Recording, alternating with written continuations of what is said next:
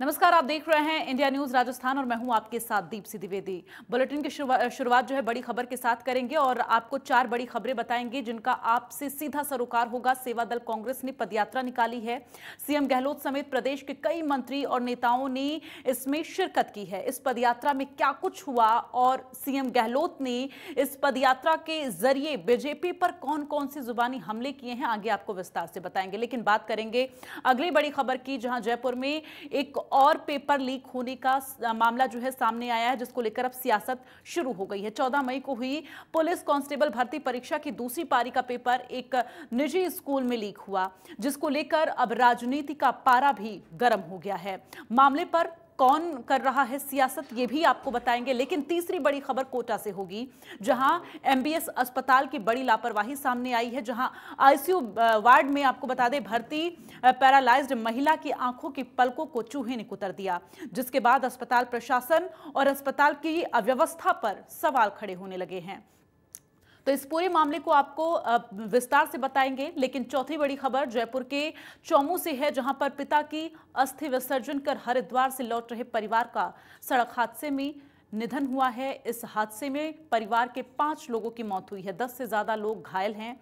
और आज की चारों बड़ी खबरों को एक एक कर विस्तार से आपके सामने रखेंगे। और सबसे पहले आगे बढ़ते हुए शुरू करेंगे बड़ी खबर, जहां पर जयपुर में सेवा दल पदयात्रा का आयोजन हुआ और यात्रा में CM Ashok Gehlot, PCC chief, Dotasra मंत्री प्रताप सिंह खाचरियावास और आपको बता दें कि कई बड़े कांग्रेस नेताओं ने शिरकत की। पदयात्रा गांधी सर्किल से होकर नेहरू मूर्ति तक हुई और इस दौरान सीएम गहलोत ने कार्यक्रम को संबोधित किया और बीजेपी पर जमकर निशाना साधा और कहा कि बीजेपी सिर्फ धर्म और बुलडोजर के नाम पर राजनीति कर रही है। उन्होंने और क्या कुछ कहा है, सुनिए जरा।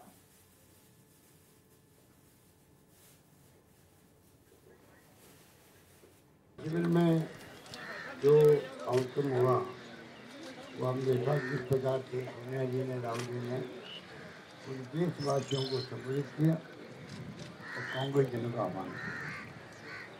हमें भी उस रूप में आगे बढ़ना है और एक नई शुरुआत करनी है। जो फैसले हुए उनको मैं रिपीट नहीं करना चाहूँगा, ऐतिहासिक फैसले। अब तो सवाल ये है कि वो तमाम फैसले इम्प्लीमेंट होगा तो कार्यकर्ताओं में वापस अच्छा का संचार। इसमें बुलडोजर की राजनीति शुरू हो गई है। बुलडोजर, गरीबों पे बुलडोजर, दिल्ली में भी तो चल रहे बुलडोजर। ये स्थिति हो रही है। इससे इसके घर उजाड़ना किसी का, आपका हमारा कोई आगे बुलडोजर चला रहे घर पे, एक कोने ही तोड़ दे तो क्या स्थिति बनती पता। उस गरीबी झोपड़ी में क्या रखा है, खाने पीने की चीजें रहती हैं, बर्तन कैसे हैं कैसे नहीं है, आटा दाल किस कोने में पड़े हुए हैं, और बूढ़े चलेगा उसके बाद में क्या होगा, इनको शर्म ही नहीं आती कि लोग साथ लेके चलना चाहिए। जैसे कांग्रेस साथ लेके चलती है, साथ लेने का मतलब विपक्षी भावनाओं का आदर करती थी, विपक्षी मांगों पर फैसले करती थी। सेवा दल पदयात्रा में पीसीसी चीफ गोविंद सिंह डोटासरा ने शिरकत की। उन्होंने यात्रा को संबोधित करते हुए सेवा दल पदयात्रा की जानकारी दी और साथ ही बीजेपी पर निशाना साधा। उन्होंने कहा कि सेवा दल यात्रा को लेकर कार्यकर्ताओं में भारी जोश है। वहीं बीजेपी को लेकर कहा कि बीजेपी ने देश का माहौल बिगाड़ कर रख दिया है। साबरमती से राजघाट तक ये तकरीबन 1200 किलोमीटर की गौरव यात्रा होगी, जो सेवा दल के हमारे राष्ट्रीय अध्यक्ष लालजी भाई देसाई शुरू से लेकर के आखिरी तक, और गुजरात बॉर्डर से मुख्यमंत्री जी और मैंने स्वयं ने, हम सब लोगों ने वहाँ से इसकी शुरुआत की थी। और हम लोग बलिदान दिवस है 21 तारीख को, उस दिन हम बॉर्डर के ऊपर जाकर के एक बड़ी मीटिंग करके हम इनको आगे हरियाणा वालों को इसको सौंपेंगे और लालजी भाई देसाई साबरमती से लेकर के राजघाट तक इसको लेके जाएंगे।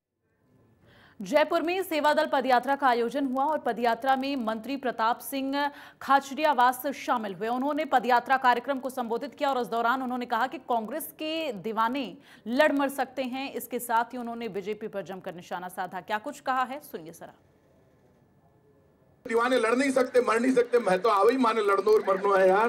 राजस्थान की धरती पर बीजेपी दंगे का प्लान करती है, षड्यंत्र करती है, दंगे फैलाती है, लेकिन कांग्रेस में इतनी ताकत है 10 घंटे नहीं, 1-2 घंटे, आधे घंटे में दंगे कांग्रेस ताकत से समाप्त करा देती है उसको। सब जगह स्वागत होते हैं। जयपुर में रफीक भाई, अमीन भाई स्वागत करते हैं राम जी की यात्रा।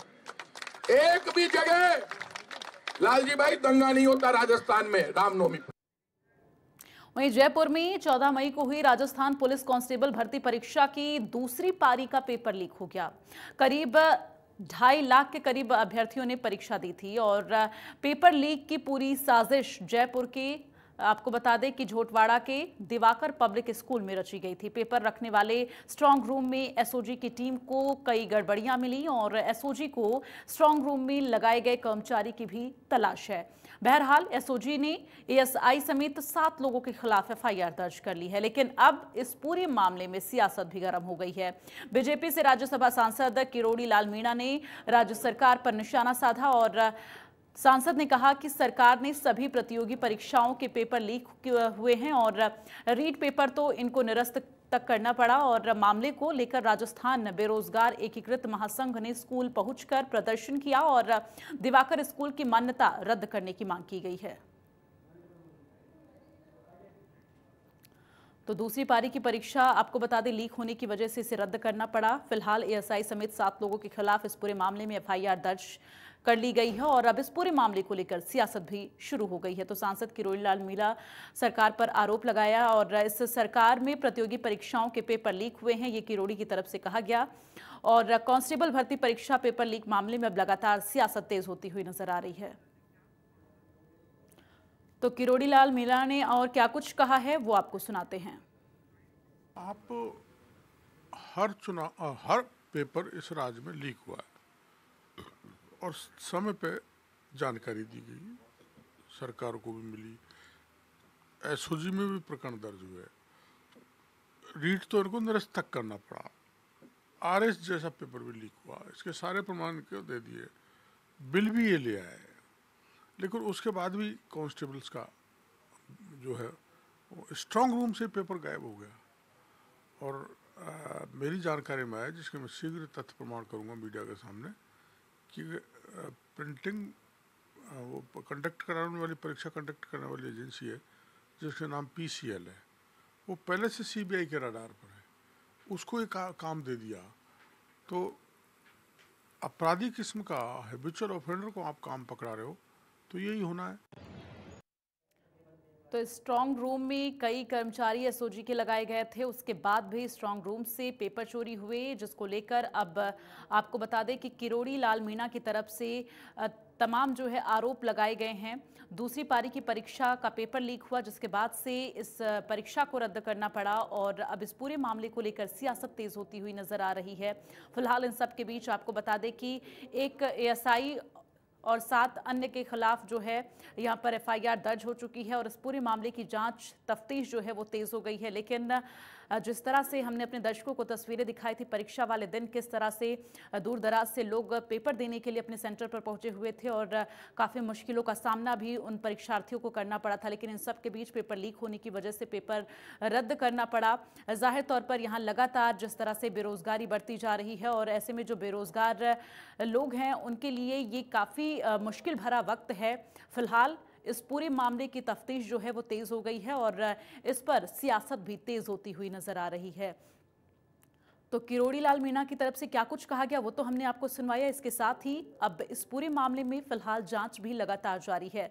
दूसरी पारी की परीक्षा का पेपर लीक हुआ, जिसके बाद से इस परीक्षा को रद्द करना पड़ा और ऐसे में जो परीक्षार्थी हैं उनमें भी आक्रोश है, चूंकि इस पूरे मामले में अब लगातार जो लोग इसमें शामिल हैं उनके खिलाफ कार्रवाई तो हो रही है, लेकिन इसका खामियाजा उन परीक्षार्थियों को भुगतना पड़ रहा है।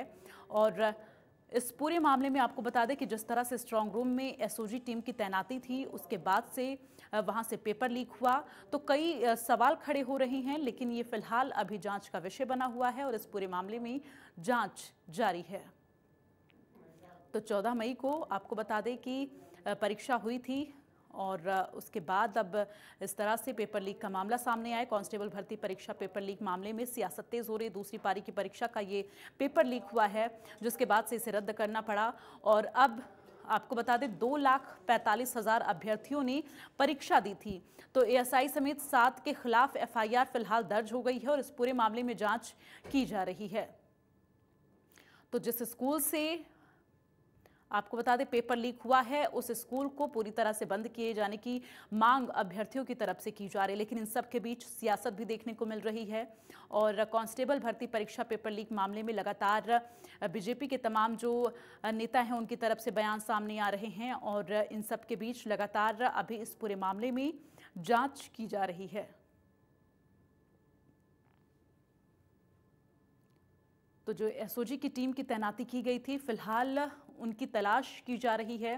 चूंकि एसओजी की तैनाती होते हुए किस तरह से पेपर लीक हुआ, ये सवाल लगातार बना हुआ है और इस सवाल के जवाब के लिए एसओजी की जो टीम तैनात की गई थी उसकी तलाश की जा रही है। आपको बता दें, 14 मई को दूसरी पाली की परीक्षा हुई थी, जिसके बाद से अब पेपर लीक होने के बाद से इसे रद्द कर दिया गया है।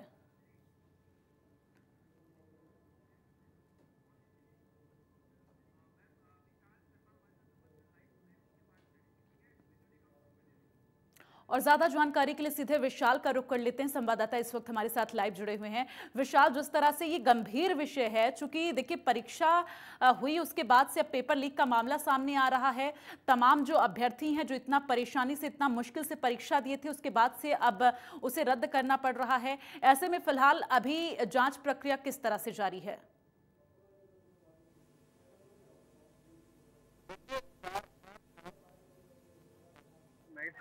राजस्थान पुलिस कांस्टेबल भर्ती परीक्षा आयोजित होती है और परीक्षा के दूसरे दिन दूसरी पारी में पेपर लीक हो जाता है, जिसके चलते लाखों अभ्यर्थियों के हताशा हाथ लगी है। क्योंकि रीट पेपर लीक हुआ है, इससे पहले कई पेपर लगातार हुए, वो भी लीक होते जा रहे थे। ऐसे में कहीं ना कहीं उम्मीद जताई जा रही थी कि जो तंगा है, जो प्रशासन है, इसको सही ढंग से परीक्षा को आयोजित करवाएगा। लेकिन 14 तारीख को दूसरी पारी का पेपर लीक हो जाना सवालिया निशान खड़े करता है। करीब 1.5 लाख से ज्यादा अभ्यर्थियों ने ये परीक्षा दी थी दूसरी पारी की। ऐसे में कहीं ना कहीं उनके हाथ हताशा लगी है। लगातार भर्ती परीक्षाओं के पेपर लीक हो रहे हैं, प्रशासन पर सवालिया निशान खड़े हो रहे हैं। लेकिन सबसे बड़ी चीज है कि एसओजी, इस मामले को लेकर एसओजी ने तुरंत कार्रवाई की। जैसे ही पेपर सोशल मीडिया पर वायरल हुआ, इसके बाद इंस्पेक्टर के पास वो पेपर आया, उसके बाद भागा भागा इंस्पेक्टर पुलिस मुख्यालय पहुंचता है और उस जो पेपर का जो स्क्रीनशॉट आता है उसके जरिए मिलान किया जाता है कि ये पेपर कहां से आउट हुआ है। एक फर्श दिखाई देता है और उसके आधार पर 4 जगहों पर एसओजी की टीम पहुंचती है। उसके बाद पता चलता है कि जयपुर को जो दिवाकर स्कूल है वहां से पेपर आउट हुआ था, जहां पर पति पत्नी और एक एसआई सहित 7 जो लोग थे इस पूरे षड्यंत्र में थे। उन्होंने जो पेपर को पहले आधे घंटे पहले निकाला और उसके बाद जिन तक पहुंचाना था उन तक पहुंचा दिया, उसके बाद वापस उस पेपर को वहां पर रख दिया गया। अच्छा, सबसे बड़ी बात है कि एसओजी की टीम आज फिर वहां पर पहुंची। जब किरोड़ी लाल मीणा को हम सुन रहे थे तो उस टाइम उनका ये कहना था कि स्ट्रांग रूम में एसओजी की तैनाती होती है और इस बीच में वहां से स्ट्रांग रूम से किस तरह से पेपर लीक हुआ उसको लेकर वो सवाल कर रहे थे। देखिए, एसओजी की कोई तैनाती नहीं होती। वहां पर एक एसआई लगा हुआ था और जो पर्यवेक्षक और थे वो लगा हुआ था और एक एजेंसी के थ्रू ये परीक्षा आयोजित होती हैं और उसी के तहत जो एजेंसी से जो नियुक्त होते हैं वही लगे हुए थे। एसओजी एक्चुअल कह से कहते हैं कि जो अलग अलग जगह परीक्षा आयोजित हुई वहां पर अपनी नजर गड़ी हुई थी, राजस्थान पुलिस की टीम थी, वो सब। लेकिन सबसे बड़ी चीज है कि वो डेमी कैंडिडेट जो एसओजी की ओर से भेजे गए थे उनके हाथ ये चीज क्लू नहीं लगा था। लेकिन जब वायरल पेपर हुआ था उसके 2 दिन बाद पटाक्षेप होता है कि इस तरह का पेपर आउट हो जाता है। उसके बाद इंस्पेक्टर की ओर से एसओजी थाने में मामला दर्ज करवाया जाता है।